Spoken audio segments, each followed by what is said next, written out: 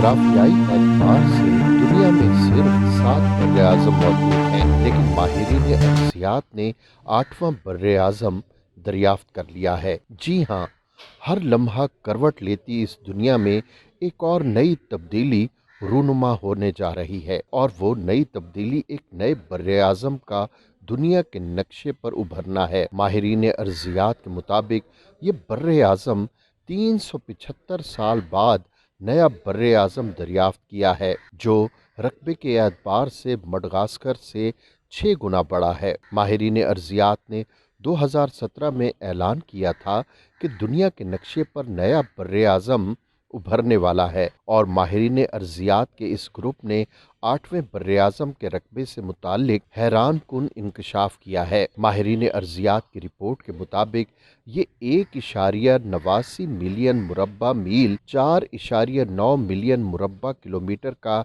ایک وسیع بر اعظم ہے، جو در حقیقت گونڈوانا کے قدیم اور عظیم بر اعظم کا حصہ تھا، اور تقریباً 550 ملین برس قبل وجود میں آیا تھا۔ ماہرین ارضیات کے مطابق زینڈیلیا وہ علاقہ ہے جس کا زیادہ تر حصہ پانی کے اندر موجود ہے، جبکہ کچھ پہاڑیوں کی چوٹیاں اتنی بلند ہیں جو سمندر سے باہر نکل آئی ہیں، جو بحر الکاہل کے جنوب مغرب میں واقع ہے، اور اس میں 94% علاقہ پانی میں اور صرف کچھ ہی جزیرے اور 3 زمین کے ٹکڑے سطح پر نظر آتے ہیں۔ ماہرین ارضیات اس خطے کو بر اعظم ہونے کا درجہ اس لیے دیتے ہیں کیونکہ اس کی پرت رسوبی چٹانوں سے بنی ہوئی ہے، جیسے گرینائٹ، اسکیٹ اور لائم سٹون، جبکہ سمندری فرش سنگ سیاہ جیسی چٹانوں کا ہوتا ہے۔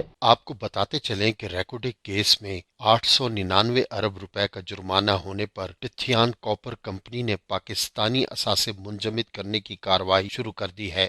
اٹارنی جنرل آفس سے جاری بیان کے مطابق برٹش ورجن آئی لینڈ ہائی کورٹ نے ہمیں سنے بغیر حکم جاری کیا۔ پاکستان 7 جنوری کو سماعت پر دفاع کرے گا۔ ٹتھیان کاپر کمپنی کی پاکستانی اثاثے منجمد کرنے کی درخواست پر حکم امتناع جاری ہو گیا ہے۔ حکم امتناع برٹش ورجن آئی لینڈ ہائی کورٹ نے 16 دسمبر 2020 کو جاری کیا۔ اٹارنی جنرل آفس کا کہنا ہے کہ برٹش ورجن آئی لینڈ ہائی کورٹ نے پاکستان کو سنے بغیر اثاثے منجمد کرنے کا حکم جاری کیا۔ حکومت پاکستان ہر ممکن وسائل بروئے کار لاتے ہوئے پاکستان کے مفادات کا دفاع کرے گی۔ آکسیڈ نے 12 جولائی 2019 کو $5.6 ارب جرمانہ ادا کرنے کا حکم دیا تھا۔ پاکستان نے $5.6 ارب جرمانے کے خلاف آکسیڈ سے مشروط حکم امتناع لیا تھا۔ مشروط حکم امتناع کے تحت پاکستان کو $1.5 ارب غیر ملکی بینک میں جمع کرانے تھے۔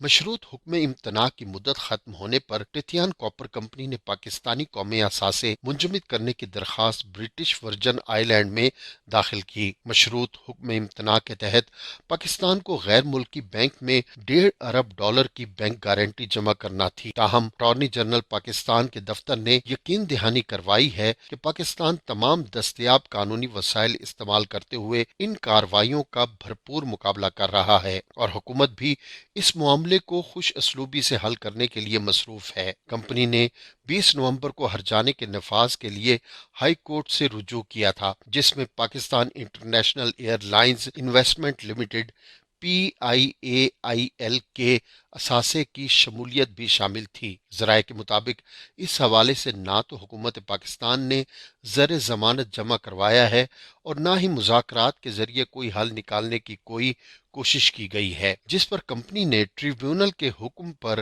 عمل درآمد کے لیے high court of justice in the British Virgin island سے رجوع کرتے ہوئے حکومت پاکستان کے اثاثوں کو اس کیس کے ساتھ منسلک کرنے کی استدعا کی ہے۔